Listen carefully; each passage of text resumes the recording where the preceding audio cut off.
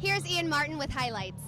Thanks, Lauren. Herky versus Goldie in Kinnick Stadium, and this was some honest foreshadowing from the mascots. First play of the second quarter, Iowa already up 3-0, and Mark Wiseman runs it in, his only touchdown of the day, but it was part of a 177-yard effort by the transfer from Air Force.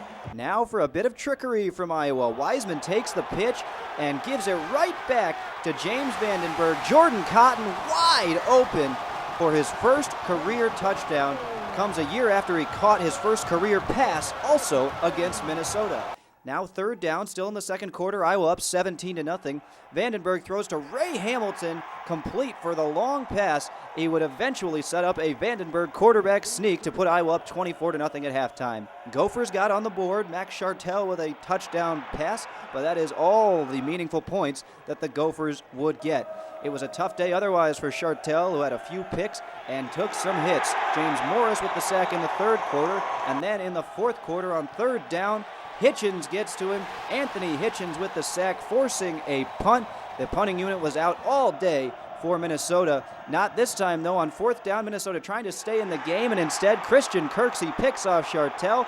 Chartel actually the only tackler that even had a chance, and instead Kirksey high steps him, goes all the way in for the score. Iowa up 31-7. They would win 31-13. They retain Floyd of Rosedale and bring home the bacon.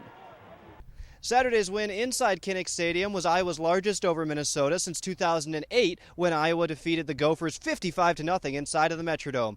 This Saturday's game had a lot of Hawkeye hallmarks, a good running game, a defensive touchdown. However, it was the trick play, a flea flicker, that Iowa fans haven't seen in years.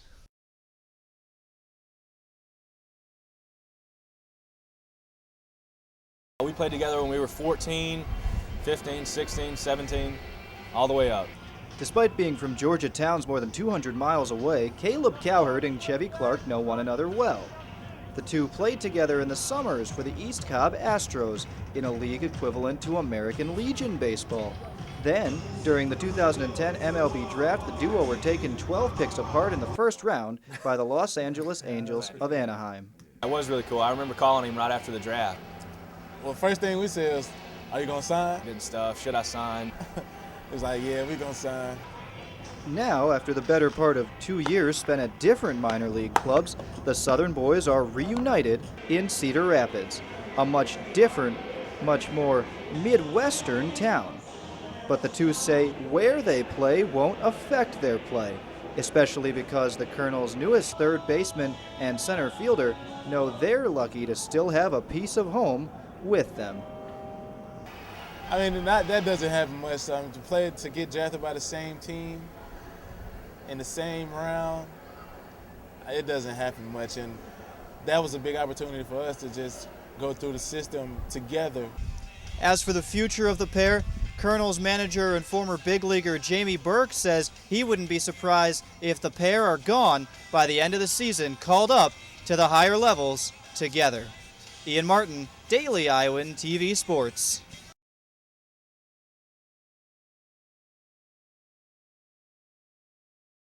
Hello and welcome back to the Daily Iowan TV Sports Studio. A busy Monday edition of our program for our viewers today with the top 10 plays of the 2012-2013 men's hoops seasons waiting in the wings. But let's start tonight with some disappointing results before we get to the fun coming out of Champaign, Illinois for the Iowa men's wrestling team. That's right, Ian. The Hawks failed to win a single individual title for the first time since 2006 and finished third as a team behind Penn State and Minnesota. We'll hear a lot more about this from Coach Brands and his Grapplers tomorrow, so we'll make sure we break down everything that went on this weekend with our wrestling insider, Cody Goodwin. But Annie, a whole lot more than just wrestling was going on this weekend in Hawkeye sports.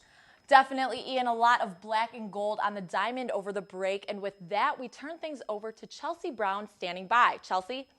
Thanks, Annie. And it was an exciting weekend on the diamond for your Iowa Hawkeye baseball and softball teams.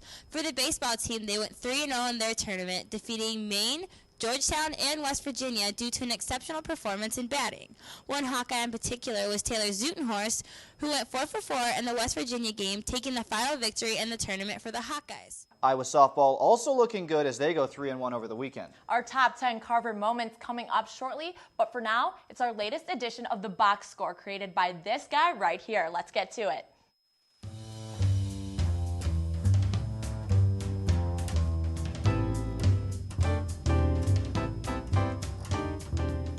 14. That's the number of points per game Aaron White needs to get by season's end to join Devin Marble as the first pair of Hawkeye teammates to both average 14 points in a game since the 2007 campaign, when Adam Paluska and Tyler Smith were running the show in Carver. How about Hawks head coach Fran McCaffrey? White Magic has cast his spell on Hawkeye fans, and well, the troops could not be happier. Saturday's Big Ten revenge win over Nebraska gave the Philadelphia native his 300th career victory as a Division I head coach. The Hawks head man will look for number 301 against Northwestern in the Windy City this Thursday at the Big Ten tournament. And finally, we can't stress it enough. Such an up-and-down season for junior Devin Marble, but what the Southfield, Michigan native accomplished Saturday and this season can never be taken away from him. With his first bucket of the game, Marble became the 41st Hawkeye to reach the 1,000-point milestone in Iowa City. Also on that list, his father, Roy Sr., which makes him the first father-son combo to do so in Big Ten history. For the box score, Josh Bolander, Daily Iowan TV Sports. And you've waited. We're finally ready to go. It's our top 10 plays of Carver's year. Annie, I'll go evens. You go odds? Actually, wait, other way around. I'll take evens, Ian. Let me take Ian's. Okay, our top 10 play of the year goes to Carver itself. The attendance skyrocketing throughout the year. Now, Ian, you were there for many games. Tell me how you felt about it. Well, a lot different than our freshman year, Annie, when half the seats were empty. Definitely. Number 9, it's Anthony Clemens. He came off the bench in this game. He's known for his defense, and that often leads to offense. Hawkeyes avenged a road loss to Purdue as Clemens able to get up, a rarity for him this season. And our number 8 play goes to the last week in Carver. Illinois mounting comeback, almost coming back to beat the Hawkeyes, but Oglesby hits 2 clutch threes to put the Hawkeyes back up, putting them back on the bubble for tournament talk. Well, Oglesby has a lot of haters. A couple games, though, Iowa would not have won without him. Number 7, Anthony Clemens, again running the fast break after some defense. Little no-look pass. Melsan Basabi will do the rest. He swags out a little bit. Let's take a look in slow motion. Swag for sure. You can always expect swag from Melsan Basabi. Our number 6 play goes to the win over Iowa State. Now, Iowa State came in definitely the favorite to win, but they weren't hitting many threes, which they usually do. Also, the raucous crowd in Carver definitely contributed to that win. Yeah, nice alley-oop there by Clemens. So many of these plays he's creating. People don't realize he can be a huge asset. This play also in the Iowa State game, but deserving of itself. Mike, the Professor Gazelle, looking like the old and one mixtapes, and finally Clemens gets to finish it himself. Didn't dunk that one, but still pretty nice as the Hawkeyes beat the Cyclones. The Hawkeyes really need Gazelle back in the lineup if they want to be successful in the Big Ten tourney. Number 4, dunk fest by the Hawks. Melsan Basabi, May, and Marble.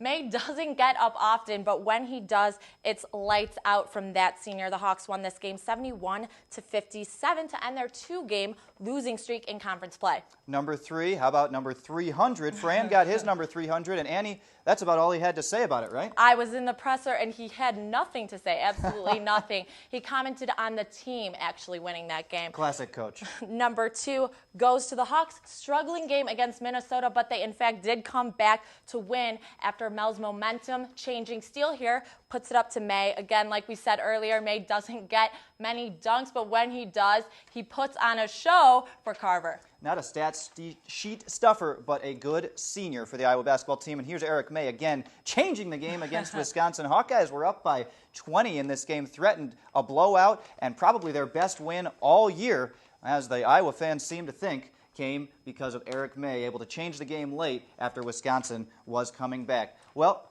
I was in attendance at that game, and I have to say the crowd was alive. The Hawkeyes did well, and it was definitely their best win of the season. Well, see if the NCAA Tournament Selection Committee thinks if it's a good enough win for the Hawkeyes who are still on the bubble. But that's going to do it for us. Our bubble about to burst here in the studio. Be sure to check out tomorrow's full box score in the sports section of the Daily Iowan. And back to you guys at the desk.